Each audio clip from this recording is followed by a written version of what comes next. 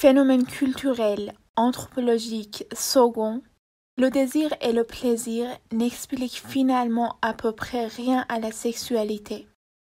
Loin d'être un facteur déterminant, ils sont au contraire, de part en part, sociologiquement déterminés. Dans un système monogame, romantique et amoureux, le désir et le plaisir ne peuvent être atteints que par l'intermédiaire de l'être aimé dans son principe unique. Dans la société libérale, le modèle sexuel proposé par la culture officielle, publicité, magazines, organismes sociaux et de santé publique était celui de l'aventure. À l'intérieur d'un tel système, le désir et le plaisir apparaissent à l'issue d'un processus de séduction, met en avant la nouveauté, la passion et la créativité individuelle, qualité par ailleurs requise des employés dans le cadre de leur vie professionnelle. L'aplatissement des critères de séduction intellectuelle et moraux au profit de critères purement physiques conduisait peu à peu les couples à un système légèrement différent qu'on pouvait considérer comme le fantasme de la culture officielle, le système sadien. Si je suis un major consentant et que mon fantasme c'est de souffrir, d'explorer la dimension masochiste de ma sexualité, je ne vois pas en homme de quoi on pourrait m'empêcher. On est en démocratie. J'ai l'impression qu'en s'approchant de la souffrance et de la cruauté, de la domination et de la servitude, on touche à l'essentiel, à la nature intime de la sexualité. Il y a la sexualité des gens qui s'aiment et la sexualité des gens qui s'aiment pas. Quand il y a plus de possibilités d'identification à l'autre, la seule modalité qui demeure, c'est la sexualité et la cruauté. L'humanité entière tendait instinctivement vers le métissage, l'indifférenciation généralisée, et le faisant en tout premier lieu à travers ce moyen élémentaire qui était la sexualité. Le dépérissement de la sexualité en Occident était certes un phénomène sociologique massif qu'il était vain de vouloir expliquer par tel ou tel facteur psychologique individuel. Nous sommes devenus froids, rationnels, extrêmement conscients de notre existence individuelle et de nos droits. Nous souhaitons avant tout éviter l'aliénation et la dépendance. Nous sommes obsédés par la santé et par l'hygiène. Ce ne sont vraiment pas les conditions idéales pour faire l'amour. Au point où nous en sommes, la professionnalisation de la sexualité en Occident est devenue inéluctable.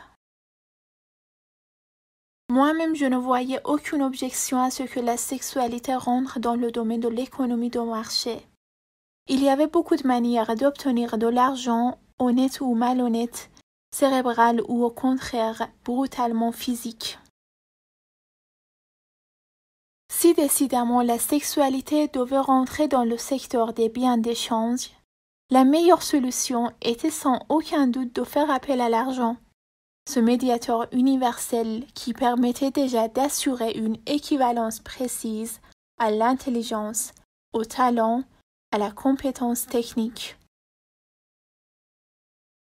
Si la sexualité doit être payante, il est bon qu'elle soit dans une certaine mesure indifférenciée. Comme chacun sait, une des premières choses qu'on ressent en présence d'une autre race est cette indifférenciation. Cette sensation qu'à peu près tout le monde physiquement se ressemble. Le tourisme sexuel est beaucoup moins répandu en Afrique qu'en Asie. Enfin, le tourisme en général, à vrai dire. D'un côté, tu as plusieurs centaines de milliers d'Occidentaux qui ont tout ce qu'ils veulent, sauf qu'ils n'arrivent plus à trouver de satisfaction sexuelle. Ils cherchent sans arrêt. Mais ils ne trouvent rien, ils en sont malheureux jusqu'à l'eau. De l'autre côté, tu as plusieurs milliards d'individus qui n'ont rien, qui crèvent de faim, qui meurent jeunes, qui vivent dans des conditions insalubres et qui n'ont plus rien à vendre que leur corps et leur sexualité intacte. Compte tenu de leur religion déraisonnable, toute activité d'ordre sexuel dans les pays arabes semblait exclue. Les touristes qui opteraient pour ces pays devraient donc se contenter des douteuses délices de l'aventure. La sexualité a fini par me dégoûter. Je ne supportais plus les sourires de triomphe des hommes au moment où j'enlevais ma robe, leur air con au moment de jouir et surtout leur mouflerie une fois l'acte accompli. Le désir d'amour est profond chez l'homme. Il plonge ses racines jusqu'à des profondeurs étonnantes et la multiplicité de ses radicelles s'intercale dans la manière même du corps. Après quelques années de travail, le désir sexuel disparaît. Les gens se rencontrent sur la gastronomie et les vins. Les critères du choix sexuel sont exagérément simples. Ils se réduisent à la jeunesse et la beauté physique. Ces caractéristiques ont certes un prix, mais pas un prix infini. Pour ma part, je n'avais trop d'envie d'engager la conversation avec une fille dans un bar. Trop axée sur la nature et le coût de la prestation sexuelle à venir. Ces échanges sont en général décevants. Je préférais les salons de massage, où l'on commence par le sexe. L'exaltation sentimentale et l'obsession sexuelle ont la même origine. Toutes deux procèdent d'un oubli partiel de soi.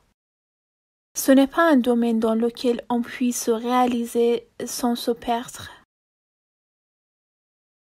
La vie sexuelle des banquiers et des dirigeants d'entreprises, malgré tout leur argent, est en général absolument misérable.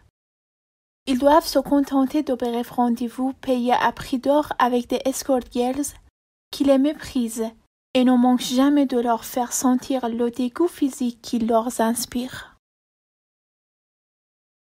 La sexualité est un système de hiérarchie sociale. Le libéralisme sexuel produit des phénomènes de paupérisation absolue. Certains font l'amour tous les jours, d'autres 5 ou 6 fois dans leur vie ou jamais. Certains font l'amour avec des dizaines de femmes, d'autres avec aucune. C'est ce qu'on appelle la loi du marché. Dans un système sexuel où l'adultère est prohibé, chacun réussit plus ou moins à trouver son compagnon de lit. Acheter un lit à une place, c'est avouer publiquement qu'on n'a pas de vie sexuelle et qu'on n'envisage pas d'en avoir dans un avenir rapproché ni même lointain. Car les lits durent longtemps de nos jours, bien au-delà de la période de garantie. L'amour comme innocence et comme capacité d'illusion, comme aptitude à résumer l'ensemble de l'autre sexe à un seul être aimé, résiste rarement à une année de vagabondage sexuel, jamais à 2. En réalité, les expériences sexuelles successives accumulées au cours de l'adolescence minent et détruisent rapidement toute possibilité de projection d'ordre sentimental et romanesque. Progressivement et en fait assez vite, on devient aussi capable d'amour qu'un vieux torchon. En vieillissant, on devient moins séduisant et de ce fait amer. On jalouse les jeunes et de ce fait on les est. Certaines condamnées à rester inavouables s'enveniment et devient de plus en plus ardente. Puis, elle s'amortit et s'éteint, comme tout s'éteint. Il n'en reste plus que l'amertume et le dégoût, la maladie et l'attente de la mort.